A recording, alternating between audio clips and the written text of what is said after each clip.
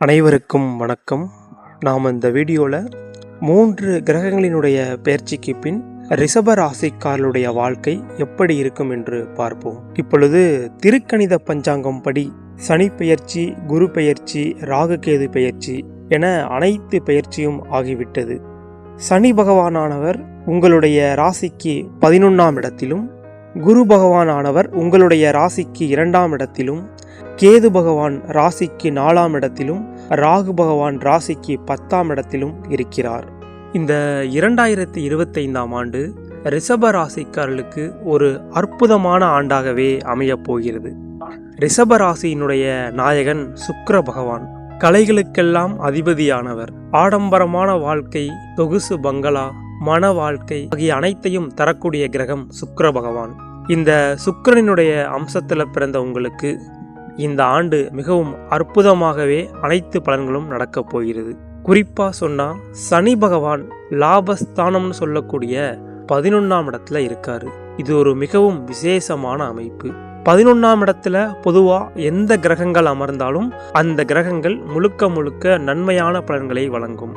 அதாவது இந்த 11ஆம் இடத்துல சுப கிரகங்களை விட பாவ கிரகங்கள் இருப்பது இன்னும் அற்புதமான பலன்களை அளிக்கும். அந்த வகையில் பாவ கிரகமாக விளங்கக்கூடிய சனீஸ்வர பகவான் ராசிக்கு 11ஆம் இடத்துல இருக்கிறதுனால பல அபரிவிதமான லாபங்கள் உங்களுடைய வாழ்க்கையில வந்தடைய போகுது.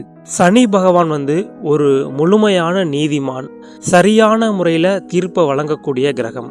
அவர் 11ஆம் இடத்துல அமர்வது ரொம்பவும் ஒரு விசேஷமான அமைப்பு.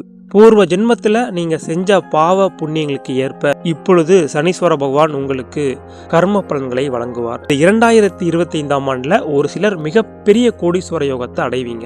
எதிர்பாராத வகையில் ஒரு உச்சக்கட்ட உன்னத நிலையை அடையக்கூடிய வாய்ப்பு ரிஷபராசிக்காரர்களுக்கு அற்புதமாக இருக்கிறது. சனி பகவான் நன்மை தருவதாக இருந்தாலும் சரி, தீமை தருவதாக இருந்தாலும் சரி, முழுமையாக தரக்கூடியவர். அவர் 11ஆம் இடத்துல அமர்வது மிகவும் ஒரு விசேஷமான அமைப்பு. முழுக்க ஒரு நற்பலன்களை சனீஸ்வர பகவான் உங்களுக்கு அளித்தே தீருவார். இந்த ரிஷப ராசிக்கு சனி பகவான் 9 மற்றும் 10 குடைய கிரகம். 9, 10 குடைய கிரகம் 11ஆம் இடத்துல அமரும் பொழுது மிகவும் நற்பலன்களையும் அபரிவிதமான வளர்ச்சியும் தரும். அதுவும் சனீஸ்வர பகவான் அமர்வது ரொம்ப சிறப்பு. கண்டிப்பா இந்த 2025ஆம் ஆண்டுல நீங்க கடினமா உழைச்சிங்கன்னா கண்டிப்பா ஒரு மிகப்பெரிய வளர்ச்சி எந்த ஆண்டும் இல்லாத அளவிற்கு இந்த ஆண்டு உங்களுடைய வாழ்க்கையில அமைய போகிறது. அது மட்டும் இல்லாம சனி பகவான் கடுமையா யாரெல்லாம் உழைக்கிறீங்களோ அவங்க எல்லாத்துக்குமே நற்பலன்களை வழங்கக்கூடியவர். ஆரம்பத்துல பல சோதனைகளை கொடுத்தாலும் முடிவுல நற்பலன்களையே தரக்கூடியவர் சனீஸ்வர பகவான். உழைக்கும் வர்க்கத்தினர் அனைவருக்கும் சனீஸ்வர பகவான் நெருங்கியவராகவே இருப்பார். கண்டிப்பாக ஒரு நல்ல பலன்களை அளித்தே தீருவார். அதனால ரிஷபராசிக்காரர்கள் இந்த 2025ஆம் ஆண்டு வரக்கூடிய வாய்ப்பினை சரியான முறையில் பயன்படுத்தினீங்கன்னா கண்டிப்பா ஒரு நல்ல நிலைமைக்கு போய் செட்டில் ஆயிடலாம். இந்த 2025ஆம் ஆண்டு சனீஸ்வர பகவானால் ரிஷபராசிக்காரர்களுக்கு ஒரு மிகப்பெரிய அதிர்ஷ்ட பலன்கள் காத்து கொண்டிருக்கிறது. சனீஸ்வர பகவான் தருவதை யாராலும் தடுத்து நிறுத்த முடியாது. அதுக்கு அடுத்தபடியா பார்த்தா தனஸ்தானம், கல்விஸ்தானம், குடும்பஸ்தானம்னு சொல்லக்கூடிய 2ஆம் இடத்துல குரு பகவான் இருக்காரு. 2ஆம் இடத்துல சுப கிரகமாக விளங்கக்கூடிய குரு பகவான் இருக்கிறது கண்டிப்பா ஒரு வகையில நற்பலன்களை வழங்கியே தீரும். குடும்பம் சம்பந்தப்பட்ட விஷயங்கள்ல இருந்த வந்த சிக்கல்கள், தடைகள் எல்லாமே விலகும். வீட்டில் சுப நிகழ்ச்சி நடக்கும். திருமண யோகம் கைகூடி வரும். வெகு நாட்களாக உங்களுடைய கனவு நினைவேறும். இந்த படிப்பு தான் படிக்கணும்னு ஆசைப்படுவீங்க, அந்த ஆசைகள் அனைத்தும் நிறைவேறும். அதுக்கு அடுத்தபடியாக பார்த்தா 4ஆம் இடம்னு சொல்லக்கூடிய சுகஸ்தானத்தில் கேது பகவான் அமர்ந்திருக்காரு. 4ஆம் இடத்துல கேது பகவான் அமர்ந்திருப்பது ஒரு வகையில் நற்பலன்களை அளித்தாலும் ஒரு சில தீமைகளையும் கேது பகவான் செய்வார். உடல் ஆரோக்கியத்தில் கொஞ்சம் கவனமாக இருங்க. அது மட்டும் இல்லாமல் தாயாரினுடைய உடல் ஆரோக்கியத்தில் ரொம்பவே அக்கறை செலுத்துங்க. உங்களுக்கும் உங்கள் தாயாருக்கும் சிறு கருத்து வேறுபாடுகள் ஏற்படலாம். அதனால கொஞ்சம் எச்சரிக்கையாக இருப்பது நல்லது. மற்றபடி பெருசா வேற எந்த பாதிப்பும் இருக்காது. அதுக்கு அடுத்தபடியா பார்த்தா 10ஆம் இடம்னு சொல்லக்கூடிய தொழில் ஸ்தானத்துல ராகு பகவான் இருக்காரு. 10ல் ஒரு பாவியாவது இருக்க வேண்டும் அப்படின்னு ஒரு பழமொழி இருக்கு. அந்த வகையில பாவ கிரகமாக விளங்கக்கூடிய ராகு பகவான் 10ஆம் இடத்துல இருக்கிறது தொழில் வகையில பல நற்பலன்கள் உங்களுடைய வாழ்க்கையில நிகழும். அதாவது இதனால் செய்து வந்த தொழில்ல ஏதாவது கஷ்டம், பாதிப்பு, தடைகள் இது எல்லாமே இருந்துச்சுன்னா அது எல்லாமே சரியாயிடும். அது மட்டும் இல்லாம குரு பகவான் 2ஆம் இடத்துல அமர்ந்து 9ஆம் பார்வையா ராகு பகவானை பார்க்கிறாரு.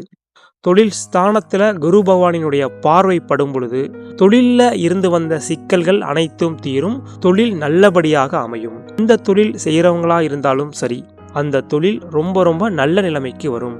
இது நாள் வரை பல கஷ்டங்கள், நஷ்டங்கள் தொழில நீங்க அடைஞ்சிருந்தாலும் அது எல்லாமே சரியாகி தொழிலானது ஒரு நல்ல நிலைமைக்கு வரும். இது மட்டும் இல்லாம வெகு நாட்களா புதுசா ஏதாவது தொழில் செய்யணும், தொழில் மாற்றம் பண்ணணும் அப்படின்னு நினைக்கிறவங்களுக்கு கண்டிப்பா உங்களுடைய தொழில் மாற்றம் ஏற்படும். அந்த தொழிலால அபரிவிதமான வளர்ச்சியும் ஏற்படும். அது மட்டும் இல்லாம ஒரு சிலர் ஒன்றுக்கு மேற்பட்ட தொழிலாம் செய்வீங்க. அந்த தொழிலையும் அபரிவிதமான லாபம் உங்களுடைய வாழ்க்கையில கிடைத்தே தீரும். இது நாள் வரை நஷ்டத்துல போயிட்டு இருந்தாலும் இனி வருங்காலங்கள்ல அனைத்தும் லாபங்களாகவே ரிஷபராசிக்காரர்கள் அனுபவிக்க போகிறீர்கள். 3 கிரகங்களினுடைய பெயர்ச்சியும் ரிஷபராசிக்காரர்களுக்கு மிகவும் சாதகமாகவே உள்ளது. இந்த 3 கிரக பெயர்ச்சிக்கு பின் கண்டிப்பா ரிஷபராசிக்காரர்கள் எந்த முயற்சி செய்தாலும் அந்த முயற்சியில கண்டிப்பா வெற்றி அடைவீர்கள். அதாவது ஒரு வேலையை தொடர்ந்து செஞ்சுக்கிட்டே இருங்க. அந்த வேலையை தொடர்ந்து செய்யும் பொழுது கண்டிப்பா அந்த லாபத்தை நீங்களே அனுபவிப்பீங்க. எல்லாமே நன்மையாகவே நடக்கும். அன்பான சகோதர சகோதரிகளே, இப்போ நாம் சொல்லக்கூடிய தகவல்கள் எல்லாமே கோச்சார அடிப்படையில் ஒரு பொதுவான பலன்களாகும். இந்த கோச்சார பலன்கள் 10 முதல் 20% மட்டும்தான் வேலை செய்யும். உங்களுடைய ஜனனகால ஜாதகத்தில் கிரகங்கள் எல்லாம் எப்படி அமைஞ்சிருக்கு, இப்போ என்ன தசாபுத்தி நடக்குதோ அதை பொறுத்து உங்களுக்கு பலன்கள் மாறுபடும். நாம் எல்லா வீடியோக்களிலும் சொல்கிற விஷயம் ஒன்றே ஒன்று தான். கிரகங்கள் எவ்வளவு வலிமையாக இருந்தாலும் சரி, எவ்வளவு மோசமாக இருந்தாலும் சரி, உங்களுடைய எண்ணம், சொல், செயல், சிந்தனை இது எல்லாமே சரியான முறையில் இருக்கணும். இது எல்லாமே சரியான முறையில் இருக்கிற பட்சத்தில் கண்டிப்பாக உங்களுக்கு நடப்பவை அனைத்தும் நன்மையாகவே நடக்கும்.